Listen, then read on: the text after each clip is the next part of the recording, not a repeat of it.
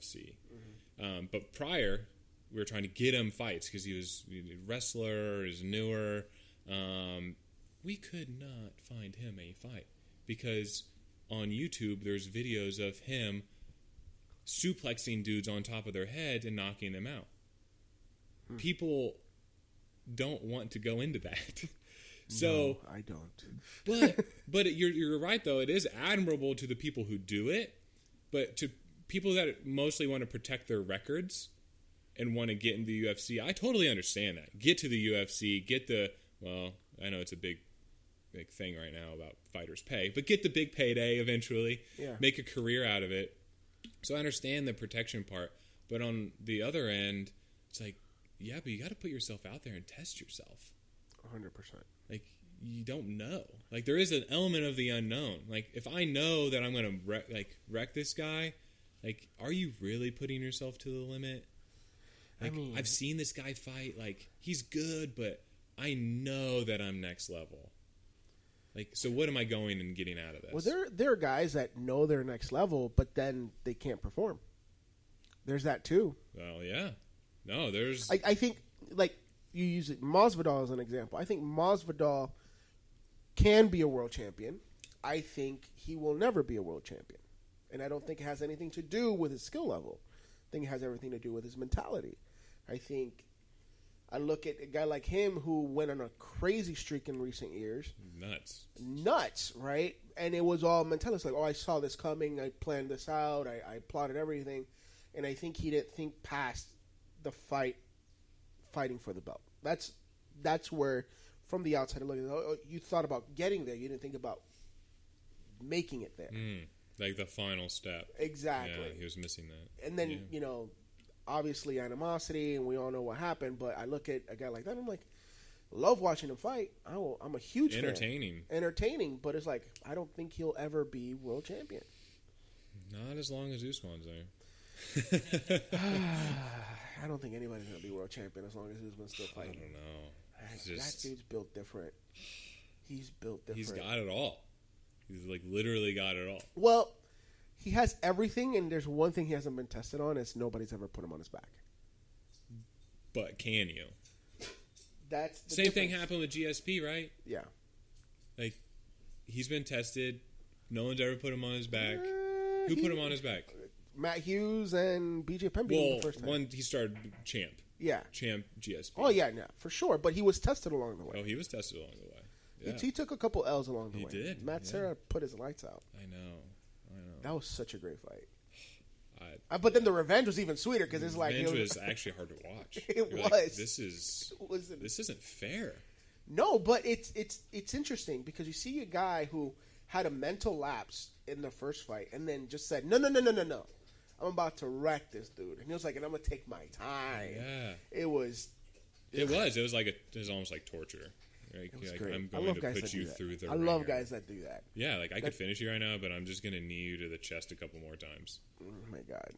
That's my favorite. The guys like that are almost, at least in the UFC and in MMA, guys that do that are the most sadistic to me. Like, there's a mean streak in guys like that I'm like, no, just there's a reason that they're nice right now. Yeah. So they can turn that switch on. Let's talk about Jon Jones. Okay. And your time with Jon Jones. I know that you didn't work with him. You worked with him before he went. Yeah, so never worked with him on like the sports psychology side, right? Okay. Like I knew him.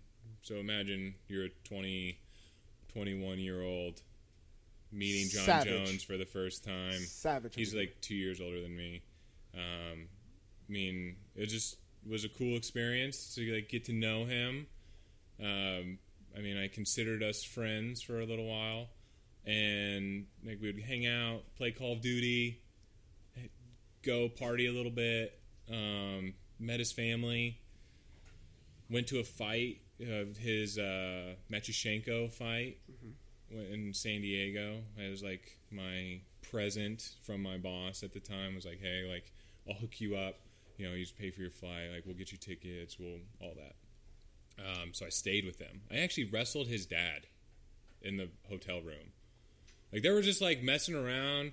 Like somebody would go against Chandler, who was actually younger than I am. Who is in the NFL right now. Who's like a bad dude. He's incredible.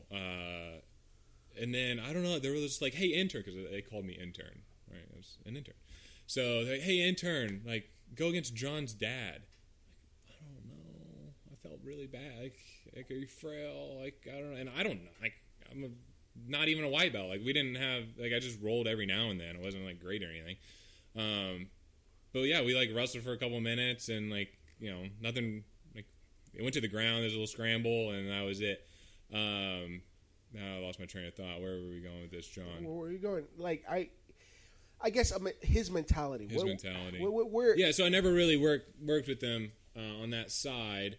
Knew him. I went to his fight. Like, it was really cool.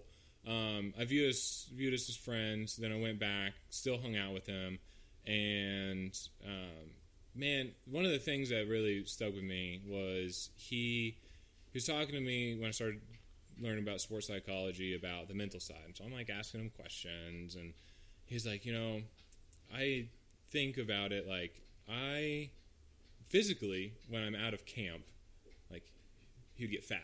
Like, okay. I think it's fair that I don't think he would get mad at me for saying that he got fat out of camp. And then, I mean, fat for him is 30 pounds heavier than what he walks around in, right? No, I mean, yeah, he would be like a chubby, like 235 maybe. Yeah. But he, like, walks around, like, he probably fights at 225 after he weighs in and, like, rehydrates and everything. That was obviously, like, a long time ago. Now he's huge.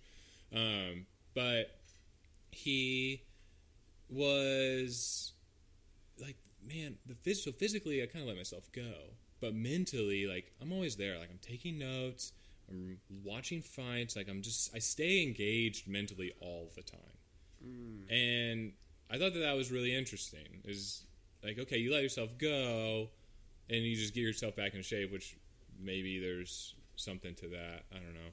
But he always is thinking about fighting, like, against, like, Rampage. Like, he watches interviews of people. Like, he studies people. Like, he's trying to find any weakness against you and put it, like, in his head, so that way he can use it on you in the interviews, and just to gain any edge he can. And I didn't know anybody else that was like that. Like, that would take it almost so personal. Because you have to commit, right? Like, if you're going to be that good, you have to go all in. Like, push the chips in, everything I got. And I think he's like that. I think the best are like that. They can go all in, and it's really cool. I can only imagine, and this is no disrespect, John, please don't come find me and kick my ass, him studying a fight while doing a rail of cocaine. Yeah. Well, I mean, I never was around that. Never saw that, but he's a squeaky clean kid, man. He's a squeaky clean guy. No, I mean, we all have our stuff, right? Like, his is just... I mean, it's almost like the obsession, right? Like the obsession of being great. Yeah.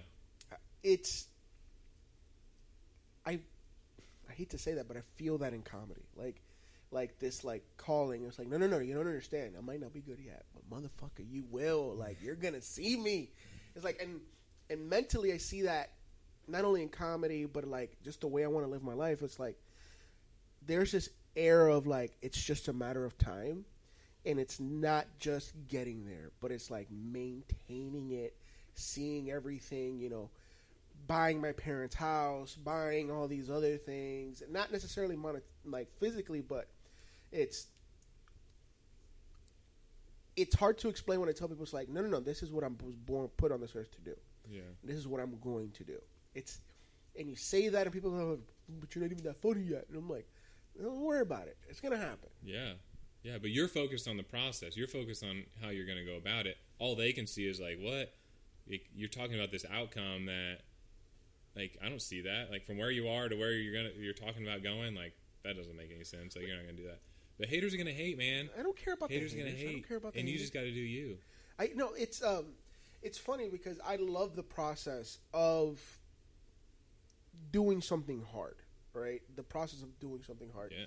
Like, I don't know if you know, but I've lost like 225 pounds. Good for you. Because of jiu-jitsu yeah. and then I started stand up, and it was like, it's not only fun to do, 100%, but the process of forcing myself to write, the process of performing, the process of going back and listening and hating it, and then going back and rewriting and trying it again, and then going to jiu-jitsu, and then doing, like, I love the entirety of it, like, from the production to the performing to even dealing with the bar owners. Like, there's parts of it that I don't like, obviously, but the entirety of it is like, this is what I was put on this world to do. Well, you have to. You have to have that level of love for it, because it's a grind, and if you don't, like, that false motivation it wears off really quick. So having, like, a pure, like, values driven, like, this is what I stand for, this is what I'm aiming for, and I'm just going to work towards it, like, that's sustainable for a really long time. Never ending. Like, what is the one thing, if you were to discover this beast of an athlete tomorrow, right, or this afternoon, and you see the potential in him, but he's super, like, you know how you meet guys that are just beast athletes, but they're just like, they're not up here mentally. What is some tangible things you would tell this young person, lady, young man, doesn't matter, to get them on the right track? I think clearly defining who you want to be is really important. Like, it's like the foundation of everything else. Because you can add imagery, you can add different exercises for your thoughts, all you want. But if it's not really clear about the type of person you want to be, then I think it's all for nothing. Like I have certain values that, like, drive me. Like, if I'm not having fun, then there's an issue. Like, I don't feel true to myself if I'm not, like, being creative and joking around, like, but, you know, like, get stuff done, but, like, it's the way I go about things. Like, I can be a robot, but I get nothing out of that. And, like, there's no meaning that comes from that. So, clearly defining who this person wants to be. Like, what do you want to stand for? How do you want to compete? Like, do you want to just go out and execute, like the UFC video game where it's, like, jab, cross, takedown? Like, do you want to be a robot out there? Or do you want to do it? How do you want to throw the jab? Like, do you want to, like, be out there with, like, looking smooth? Like, you want to feel smooth?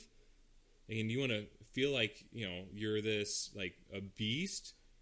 Then, like, that, like, you want to feel like you love this stuff? Then those are the things we got to work on.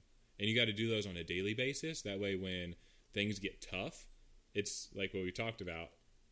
It's not a shaky foundation. It's a firm, solid base. Like, hey, even when somebody is pushing the pace on me, I still am good with me.